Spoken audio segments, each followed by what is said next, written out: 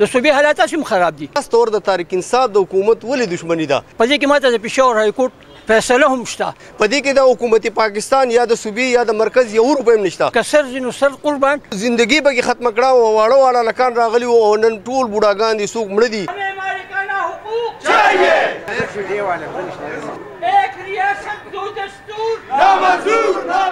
سواد د ښکلا خو د مزدور د سترګو د اوښکو وادي جوړه شوې. نن په منګوره رحیم آباد کې هغه مزدوران را پاڅېدلي چې کلونه راسې د بدن په خولو د ښارون آباد کړل، خو لا تر اوسه د خپلې خاورې په ټوټه بې واکه ولاړ دي. د لیبر یونین کارکوونکي وایي په سند بلوچستان او پنجاب کې مزدور ته حقونه ورکړی شو، نو د سواد مزدور ولې محرومه دی؟ که حکومت چوپ پاتې شو نو دا چوپتیا به د طوفان زیږنده شي. نن زموږ احتجاج صرف او صرف یوه ایجنډه ده، مالکانو حقوق د ټولې صوبې په سطح باندې دا پروګرام شوی دی. په دې کې موږ نوخار کې یو پریس کانفرنس هم کړی د صوبې په سطح باندې چې زموږ پاکستان ورکر یونیټ ورکر فیډریشن چې کوم دی د هغې په سطح باندې زموږ د صوبې یو پروګرام شوی و. هغې کې موږ دا مطالبه کړې وه چې تاسو زموږ کوارټري چې کمې دي دا موږ ته په مالکانو حقوقو راکړئ، ځکه چې دا زموږ قانوني حق دی. د دې نه مخکې چې هغه مطلب دا پنجاب په سن په بلوچستان کې هغه مخکې نه ورکړی شوي دي، خو چې زموږ سره خاص طور د طارق انصاف د حکومت ولې دښمني ده چې مطلب دا زموږ قانوني حق موږ ته نه راکوي. نو که فرض کو موږ ته دا نه راکوي نو بیا د مزدور سره بله لار کم ده، روډ ته به راځو.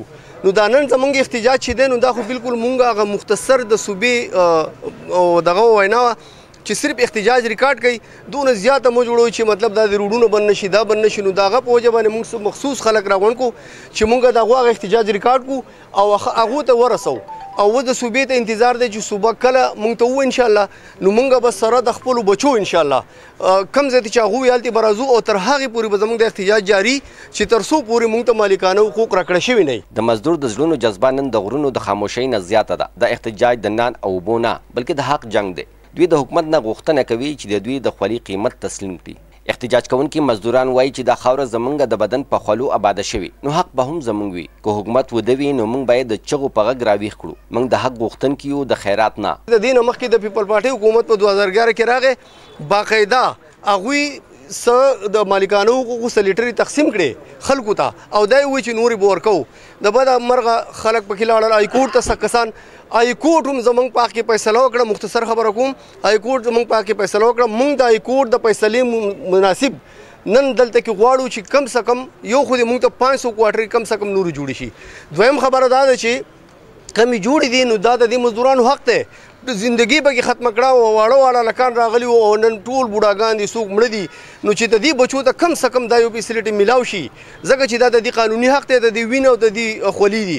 په دې کې د حکومت پاکستان یا د صوبې یا د مرکز یو روپۍ هم نشته. دا صرف او صرف ورکر ویلفیر فنډ دی، هغه د مزدور دپاره جوړ دی. البته دې پکې اشیا نه کوي، هغه شته پیسې چې کوم دي هغه هم دی خوري. سواد نن د مزدور د چغو نه ډک دی. دوی وایي موږ د خاورې زامن یو، خو زموږ خاوره یې موږ ته پردی کړې ده. په تاوده نور کې د دوړو په منځ کې موږ یوازې د یو ټوټې د مالکانه حق نه لرو. دوی وایي دا خوله خاموشه نه ده بلکې تاریخونه لیکي. په سړکونو به راوځو، احتجاج به کوو، تر هغې پورې به یې کوو تر څو پورې چې زموږ مطالبه منظوره شوې نه وي. موږ به د قلاره باندې کینو نو لکه که حکومت صوبایي حکومت لکه د پی ټي آی حکومت چې زموږ سره کوم ظلم او زیاتی راغستی دی، نو زه دا خبره کومه چې موږ دې ته نور تیار نه یو.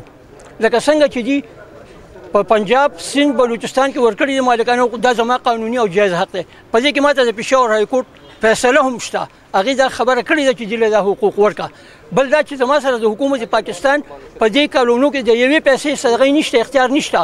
هغوی خو دا نه یې رخ کړي، دا خو زما د مزدور په وینو او په خولو باندې رخ شوي کوارټرې دي. نو لهذا زه دا خبره کوم چې مهرباني وکړي او فوري طور دی زما د مشرانو سره کینې د پاکستان یونایټډ ورکر فیډریشن محمد اقبال خان صدر او د هغه د ممبرانو سره کینی او دا مسله موږ له پوری طور حل کړي. که حل نشوه نو بیا به د صوبې ټول څومره صنعتي ادارې چې دي دا به جمعي او خلک به په روډونو پراته وي.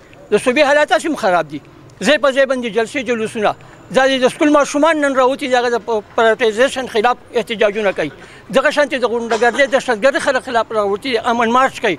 نو لهذا زما دا احتجاج چې کوم دی دا بیا احتجاج نه وي، دا بیا تر هغې پورې که سر ځي نو سر قربان، که مال ځي نو مال قربان، نو هر څه ته موږ تیار یو. نن سواد د مزدور د فریاد نه ډک دی او دا غږ د درد دی، خو دا درد کمزوری نه بلکې د مقاومت نښه ده. د کیمرا ټیم سره صمد انجم، پاسون نیوز، سواد.